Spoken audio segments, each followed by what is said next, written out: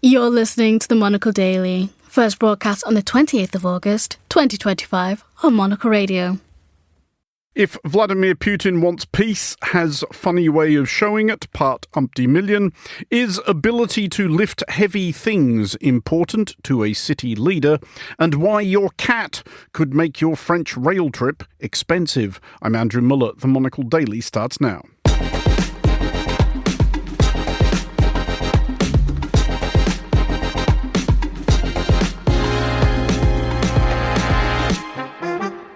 Hello and welcome to the Monocle Daily, coming to you from our studios here at Midori House in London. I'm Andrew Muller. My guests Justin Quirk and Terry Stiastny will discuss the day's big stories, and our weekly letter from is postmarked Washington, DC. Stay tuned, all that and more coming up right here on the Monocle Daily.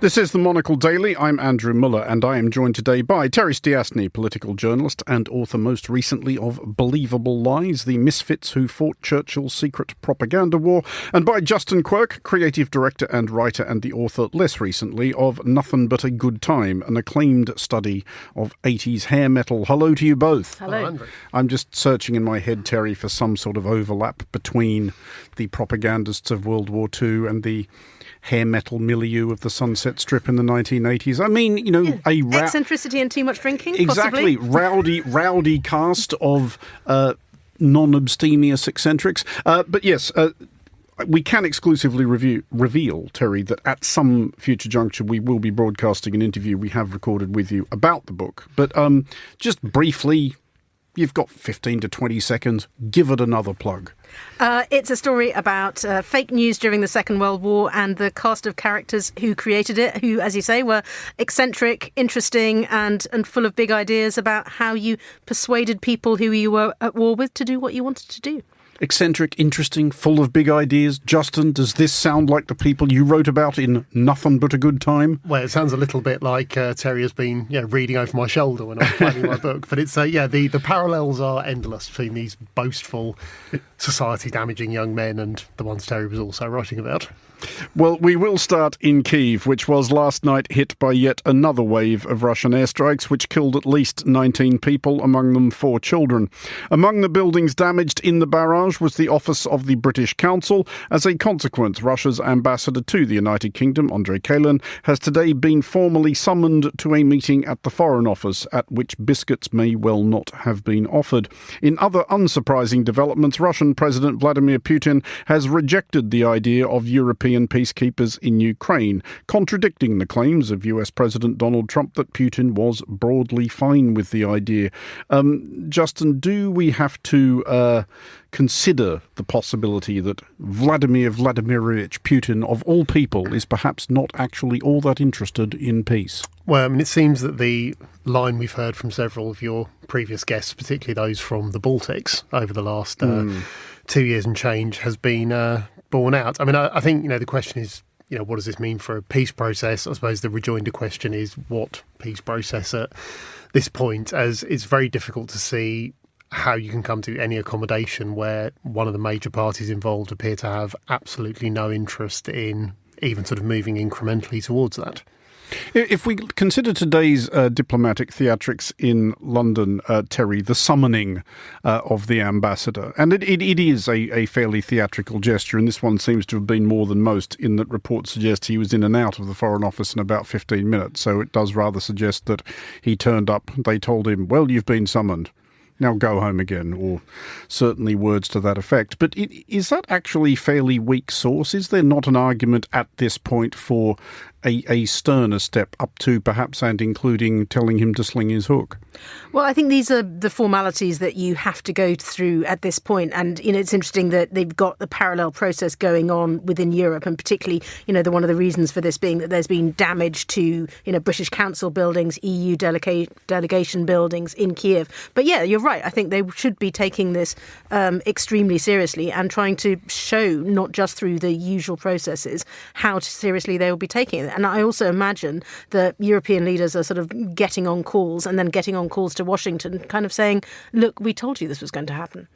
Well, on the subject of things which might have been confidently predicted, Justin, is it possible as well, if we turn to this thought of Putin's apparently shifting attitudes towards European peacekeepers in Ukraine, that he may not have been entirely straight with Donald Trump and that Donald Trump may have taken Vladimir Putin at face value? I mean, it raises the possibility that Trump is sitting in his enormous gold-encrusted room at the moment, sort of saying, fool me once and waving a fist in the air. I mean, it's so back to sort of Terry's point before about, what the sort of diplomatic steps. I mean, it's a balancing act, I guess, because on the one hand, you think if you use every measure at your disposal immediately, you have shot your bolt at that point, so to speak, and there's sort of little to go back to. But it does seem like, I think a lot of people would still be surprised to know that there is a Russian embassy in London. There is also a separate trade delegation. There are multiple Russian banks, not all of them, because some were removed, that have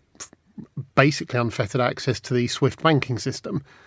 Russians can still travel within Europe. I think there are measures where you sort of think, I'm surprised this hasn't been tightened up sooner. And, even going sort of further back, we do seem to have had a slightly queasy attitude to ratcheting these things up. I mean, I know we've discussed previously the fact that Russia Today, which is by any measure a propaganda wing of the Russian government, was allowed to operate, advertise and recruit completely freely across the UK media system for 15 years. Long after, any number of lines have been crossed by Russia. It struck me as insane at the time, and more so with hindsight. And you do sort of think, well, okay, while a lot of this is diplomatic theatre, things like trade delegation, the embassy, maybe there is a case for shutting these down at this point. Why is there the squeamishness that Justin describes there, Terry, about taking what would be fairly drastic measures, but it is arguable that this is a fairly drastic situation of expelling Russian embassies, closing them down entirely, abrogating or breaking off diplomatic relations, making it clear to Russian passport holders that their documents are no longer any good in Europe, and closing every Russian business that can be found to close? I think maybe they still want to have somewhere to go, partly in terms of, keeping some form of relationship going with Russia. And I'm sure there are people that they could use as intermediaries if they wanted to be talking to Russia, not directly through diplomatic channels. But I think, each time we've seen packages of sanctions from Europe and from Britain increase. And they have been reluctant to take these actual moves, maybe because they think there's a trade-off, maybe because they're hoping that there will be some kind of discussion about, a potential ceasefire, a potential future for Ukraine. And I think, diplomats always tread cautiously, I guess. But it is the case, Justin, that especially in recent weeks and months, incredible amounts of time and energy have been spent on the idea of trying to create some sort of peace process or some sort of mechanism that would lead towards a ceasefire, perhaps even certainly in President Trump's fevered imaginings, an actual settlement of this. But when we look again at what Russia did last night in Ukraine, do we have to assume that this may all just be wishful thinking, that this is all absolutely wasted time and energy and Russia is simply not interested? I would think so, yeah. With the caveat that, as with all of these things, there are presumably conversations happening, behind the scenes and below the table that we will find out about in 30 years' time. I suppose what's also shaping the diplomatic reality and things like what happened in Kyiv are the wider military picture, where it's been somewhat occluded this week, but I think Ukrainian forces have now acknowledged that Russia has crossed into the eastern industrial region of the Dnipropetrovsk. I'll let you handle that one. And is, I think, to some degree establishing a foothold there. There's decent intelligence. They've occupied 2 villages just inside that region. Presumably last night was part of pressing that advantage while they think they have the momentum there. Does it start to get to the point, and this is an extremely bleak thought, Terry, that Europe starts to think that between Putin's lack of interest in any kind of peace and between the United States' wavering interest in this situation, Europe is essentially left with a choice of just watching this go on for another however many years it's going to go on, and perhaps more dramatically calling Russia's bluff. It has been occasionally suggested that one or more European militaries operating outside the NATO structure might send troops and sort of implicitly suggest to Russia, well, do you fancy trying your luck with this? Yeah, I was struck by the difference between what's happened overnight and some of the reporting that there was yesterday, where it seemed to suggest that European leaders were thinking we've made some progress with the US in terms of what they are prepared to guarantee, in terms of intelligence oversight, in terms of cover for potential European forces being based on the ground in Ukraine. And either, that was wrong, or else there was some element of truth in that, and maybe that's one of the things that's helped to provoke Russia further. So they seem to be coming up with some kind of idea of what you might have on the ground. But, as we saw in Washington, the US was being able to say, well, we don't need a ceasefire to be able to start doing all of these things. And the Europeans are arguing, yes, we do. And now you can see exactly why, yes, we do. But I suppose the question is, we've given material, we've given support to Ukraine.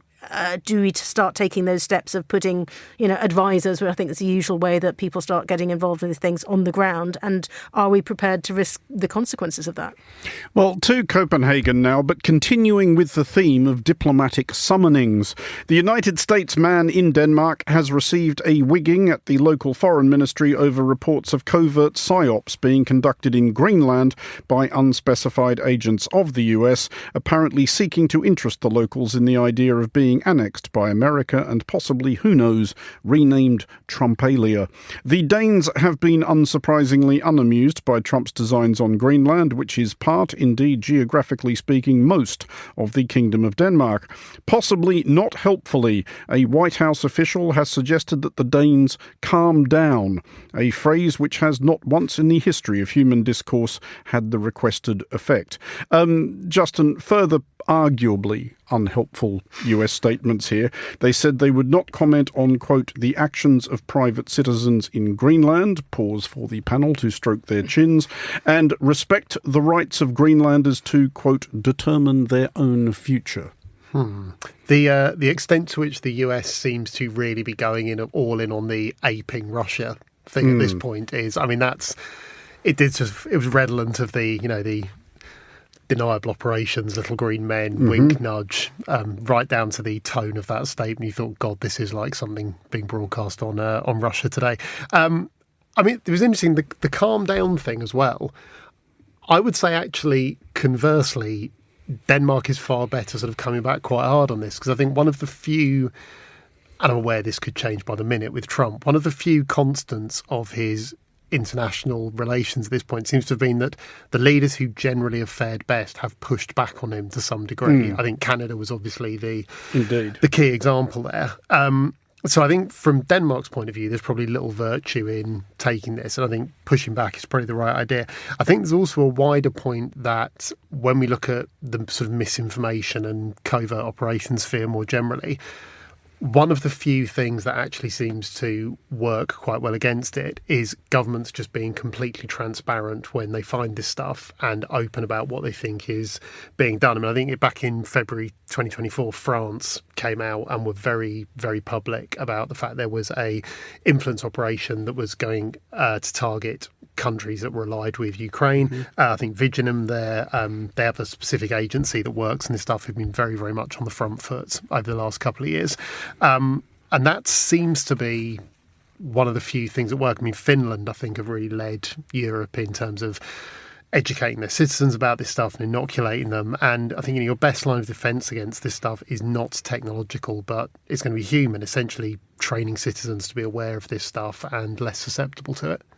It is a curious position the Danes find themselves in, Terry, to say the very least. I have spoken about the conundrum to, I think it would be fair to describe them as somebody who would know within Danish governmental circles, who did say that there is no prospect whatsoever that Denmark could defend Greenland against the United States if it really came to that. But you can kind of see that their options would appear to be either saying to the US, look, if you want bases all over Greenland, go ahead. There used to be 16 or 17 of them during the Cold War, and that was fine. Or perhaps the Danes could say of the one base that is left, the Pituffik space base, that either the US knocks this nonsense off or they can take that home with them.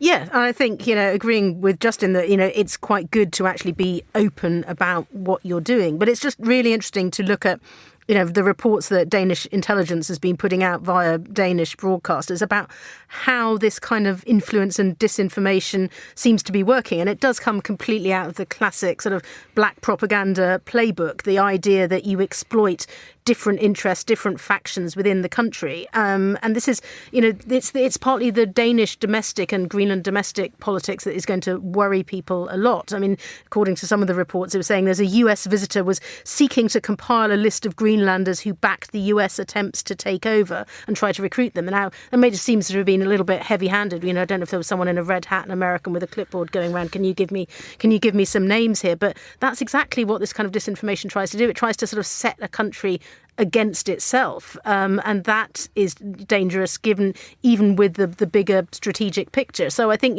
Denmark needs to stand up, and they have done quite toughly, and say, we're not having this. If you want to talk sensibly, stop doing this kind of nonsense. Because it is sobering, as always, Justin, to reflect that we are a matter of months into Donald Trump's second term. We have 3.5 more years of this to go. Should, I guess, even America's allies be braced for the fact that at some point it is inevitable that he is going to attempt to enlarge the territory of the United States, territory being the one of the very few things he appears to understand? I would presume so, yes. And I mean, not just that, but also that if it's possible that you can start a fight with Denmark, I would say all of America's allies should probably start from a grounding assumption that at some point in the next 3.5 years, it's going to be your turn in the barrel. And everyone's going to get a go at that because, honestly, I mean, it seems... I mean, I get the geostrategic importance of Denmark. There are clearly, mineral reasons for being there. There are trade route reasons for being there. There's military reasons for being there. But it also does just seem like something he's seen on TV late at night has caught his eye. Or he's confused it with another country, or because quite frankly, I think we're still in that sort of asymmetric mental warfare where you're trying to sort of graft common sense and logic and strategy onto something which, as you say, if you really wanted an incredibly fruitful relationship with Denmark, just going to go, we'll just pay for this land. Can we put 17 military bases back there? I'm sure that could be negotiated. Or you could approach it like this.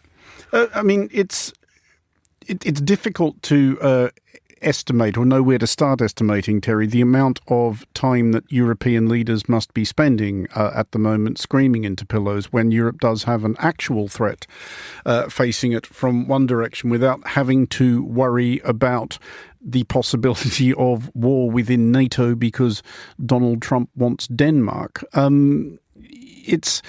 It is really hard to know what the way forward is because it's that question, I guess, as always with Trump, do we take everything he says seriously or should we take everything he says seriously because he is, after all, the President of the United States? Well, I think, when he started making noises about Greenland, people sort of thought, he's never going to do anything about this. And, it does seem that this has been quite a consistent thing that he's wanted to talk about. And I think maybe Denmark should just do a big PR campaign. Trump sort of always claims to understand real estate and he wants to turn things into a real estate deal, whether that's Gaza or Crimea. Just say Greenland isn't green. You can't put golf courses there. It's really, really cold. And then maybe he'll go off the idea. But I suppose one good thing is it does seem to be driving European leaders closer together. They are coordinating, they are talking to each other, they are trying to move as a bloc more often. So, maybe when their interests are under threat, then they see that, we've got to knuckle down and actually come together and share our ideas. Well, staying with the United States, New York City is demonstrating its traditional aversion to being one-upped, apparently determined to prove that however inane or undignified or just plain stupid any of last year's US elections were, by golly, New York can do worse. This coming November's mayoral election has descended, for reasons surpassing understanding, into a weightlifting contest. This past weekend, frontrunner Zohran Mamdani, the Democratic Party nominee, while visiting some event or other, was persuaded persuaded to take a turn on a bench press and struggled somewhat. In response, two of his rivals, current Mayor Eric Adams and former New York Governor Andrew Cuomo, have distributed footage of themselves lifting heavier stuff. Terry, a quote from Eric Adams' social media. "The weight of the job is too heavy for Ma'am Scrawny. The only thing he can lift is your taxes." How long do you think Adams and his team worked on that? Oh, probably all night. It was probably. I mean, this is crazy, and I hope Mamdani comes back, very harshly talking about packets of crisps and what they might contain. I think he did, in fact, didn't he already? Yes, this was a reference to a mayor of Eric Adams giving a reporter a crisp packet full of money. Supposedly containing an envelope full of money. So he said at least say in the interest allegedly. Of balance, they did later say it's a Chinese custom to give cash gifts to people you admire greatly.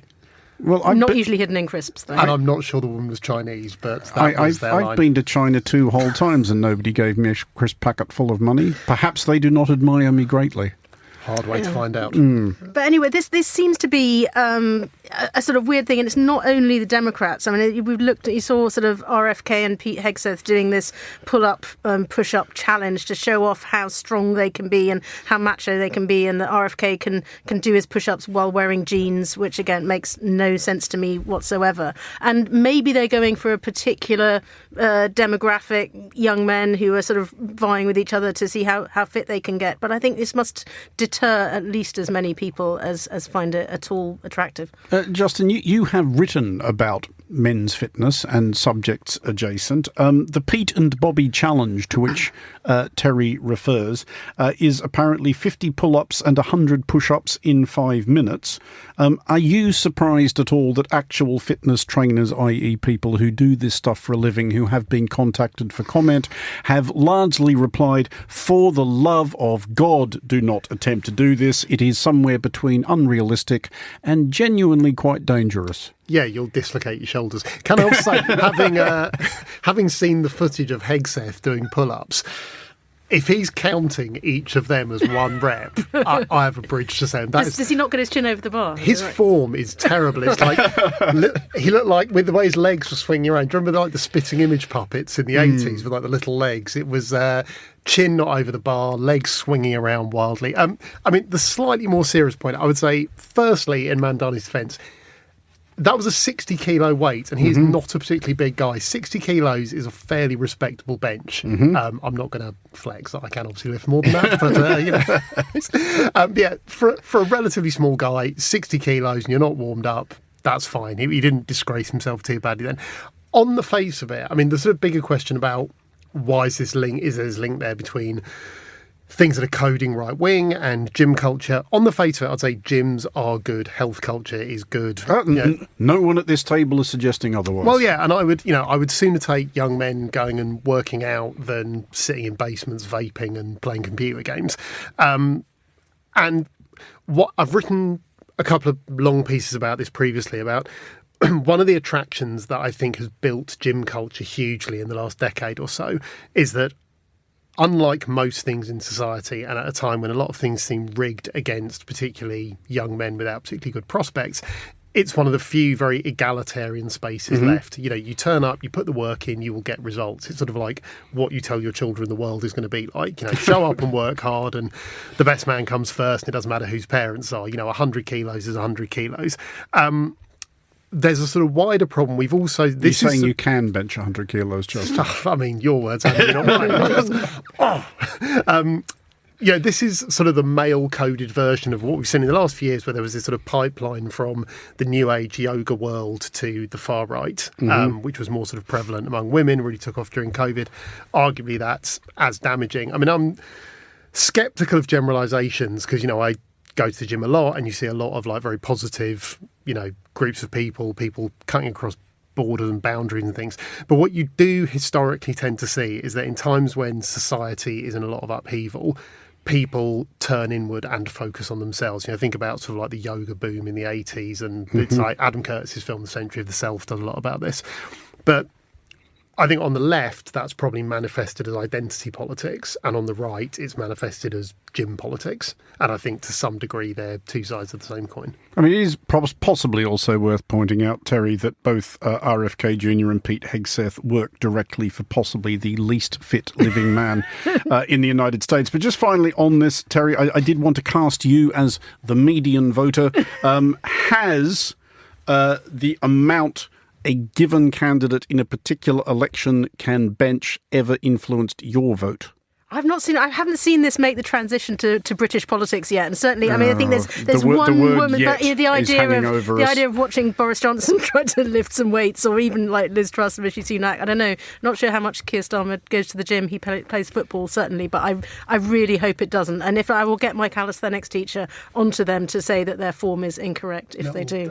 Quiet brag from Terry there about doing pull-ups. I can't do a bodyweight pull-up, which means this is also though possibly just the British coded version of this was Boris Johnson rugby tackling that kid. I mean, I think that probably lit up the same part of voters' strange, erratic, cheese-riddled brains that RFK doing bench pressing in ridiculously tight jeans does. I mean, well, regular listeners to the Monocle Daily, and honestly what other kind are there, will recall that earlier this week we deliberated upon a new Transport for London poster campaign aimed at encouraging that class of antisocial moron who plays audio out loud on trains to can it. The general feeling here in the studio was that the sentiment was commendable, but enforcement should be more robust, not excluding the impaling of the severed heads of malefactors on spikes on London Bridge, as in less lily-livered times. However, an interesting philosophical conundrum along these lines has been posed, characteristically, by France, where a woman named as Camille has been stung for €110 because her cat was meowing too loudly on a train. Justin, we will come to the issue at hand, but I first want to add the important detail that the cat's name is Monet, and ask, should she have got another €110 for that? Well, firstly, I refuse to believe this isn't the pitch for like a whimsical French animated film. Yeah, the woman's called Camille, the cat's called Monet. Yeah, I think her husband's called Pierre as well. Her husband's probably called Pierre. At some point in this scenario, there's going to be somebody in a stripy shirt mournfully playing an accordion with a string of onions around their neck. While the cat does a sort of Marcel line with his paws. I'm probably the wrong person to be asking it, because I am such a pro-cat partisan. I am fully in the pocket of big cat in terms of my... So, personally, I would pay extra to go on a train carriage that was cat-friendly. Okay, but what if the cat just would not? I mean, like, I have nothing against Johnny Cat myself, or even Jean Cat, but on it's Le Cat. Le Cat. But on a long train trip, a cat going off interminably that's going to start to get on people's nerves. No, because as all our many cat-owning listeners will know, the correct response is you talk back to the cat and reassure it that it's a good boy and ask it what it's been up to that day. I say this to someone who I had never had a pet until about 5 years ago. You can't say instead, shut up or I'm going to pitch you into a hedgerow. Well, it's not going to understand you. It's a cat. But it's going to understand what have you been doing today. Well, it's trained to understand that bit. Okay. I had never had a pet until about 5 years ago, and we adopted two enormous flat-faced Persian rescue cats, one of which had an incredibly theatrical, operatic sort of meow that it would let off at regular intervals.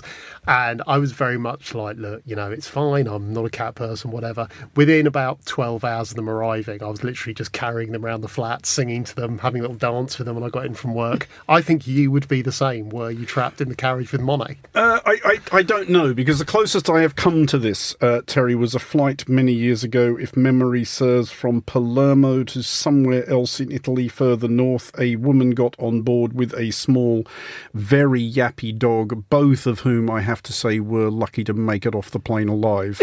Such was the visible effect it was having on the other passengers. But the question is this akin to idiot with mobile phone playing noise out loud, which is obviously completely inexcusable? Or is this more akin to just noisy child on public transport, which isn't really anybody's fault? I was about to say, I mean, there are certain things, I've travelled with noisy children on public transport, and normally, and I think the same thing probably works for noisy cats and noisy dogs, which is shove them quite full of treats, and then sort of threaten them, and then move. If people are complaining, this woman sort of, the cat wouldn't be quiet. Okay, it's quite hard to make a cat be quiet, maybe needed some water or something, or a stern talking to perhaps, or an iPad, or a fish on a sort of plate.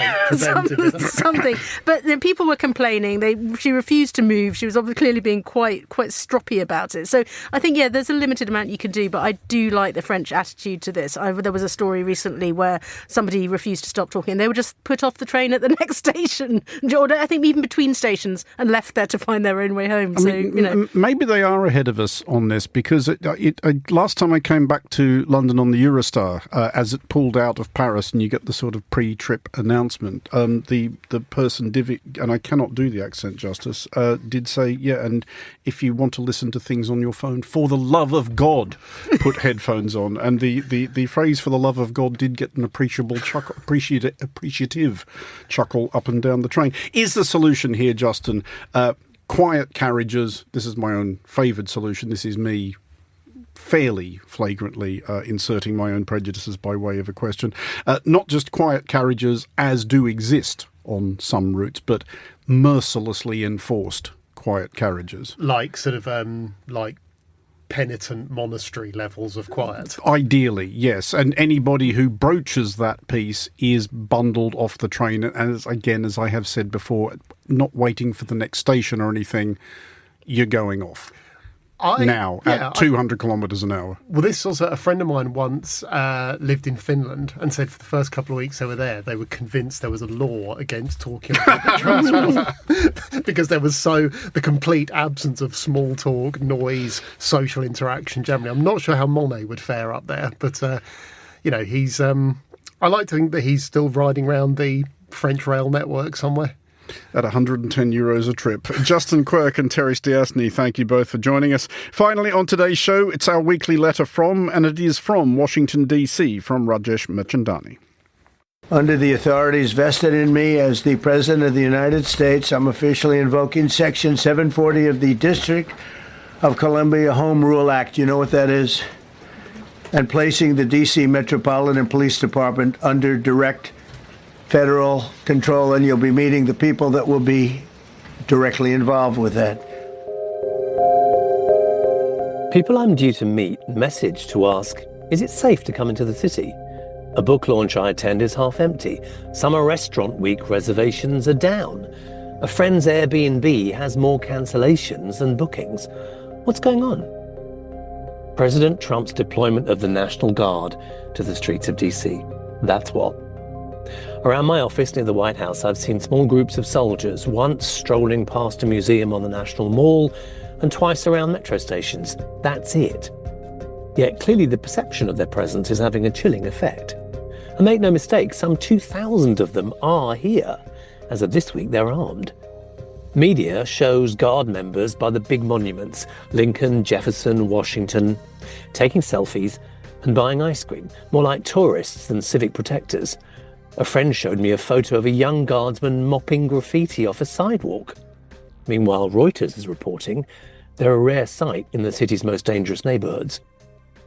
My friend also told me about a church pastor she knows biking through DC. Whenever the pastor passed a Guard member, they got off their bike and asked if the soldier wanted them to say a prayer for them during sermon. One wished to be back home helping his family move house. Another prayed the country would be less divided. None were praying to walk or mop the streets of the capital. The White House says the Guard is a visible deterrent, supporting a crackdown by local and federal law enforcement on a crime rate that is, to quote the president, out of control. DC's mayor argues violent crime here is at a 30-year low after spiking in 2023. Again, the perception may differ from reality. What we want is local control of our public safety ecosystem, and that includes deployment of officers. And we want federal officers that work in coordination with us, DEA, ATF, FBI, who, as the chief just mentioned, work with us on major crime issues all the time. It's been 2 years since we drove our car into the city at night from our home nearby in Virginia. Friends scoff at us when we say we don't want to get carjacked. And yes, police figures show carjackings are down 68% in 2 years. But our feeling is not uncommon.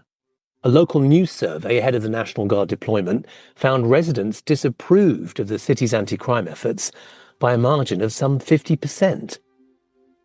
The president's now hinting the National Guard may be sent to Chicago and other cities he says have high crime. But here's the thing.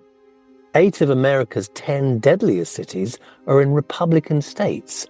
Yet Mr. Trump's list also includes New York, LA, and Baltimore. Trump is ready to rip up the laws of this country every single day that he leads this administration. We've seen that already with what he's done in California, what he's doing in DC. And what we know is that New York deserves someone who will actually stand up and fight back, not someone who's... Democratic cities in democratic states. Some of their governors are potential 2028 presidential hopefuls. Among them, Illinois Governor J.B. Pritzker, who this week called the deployment a dangerous power grab and urged the president not to come to Chicago, citing a reduction in crime. What President Trump is doing is unprecedented and unwarranted. It is illegal. It is unconstitutional. It is un-American. No one from the White House or the executive branch has reached out to me or to the mayor. So the show of force may be exactly that, a show. Some worry it's misdirecting attention, in classic Trump style, away from surging immigration raids. But many US city dwellers, including here in DC, just don't feel safe. And what people feel influences their actions more than data.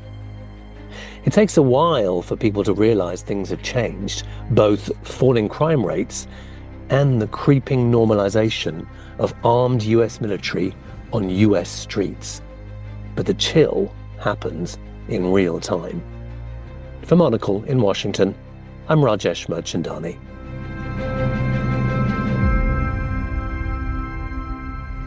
Thank you, Rajesh. And that is all for this edition of the Monocle Daily. Thanks also to our panellists today, Terry Stiastny and Justin Quirk. Today's show was produced by Hassan Anderson and researched by Henry King. Our sound engineer was Steph Chungu. I'm Andrew Muller here in London. The Daily is back at the same time tomorrow. Thanks for listening.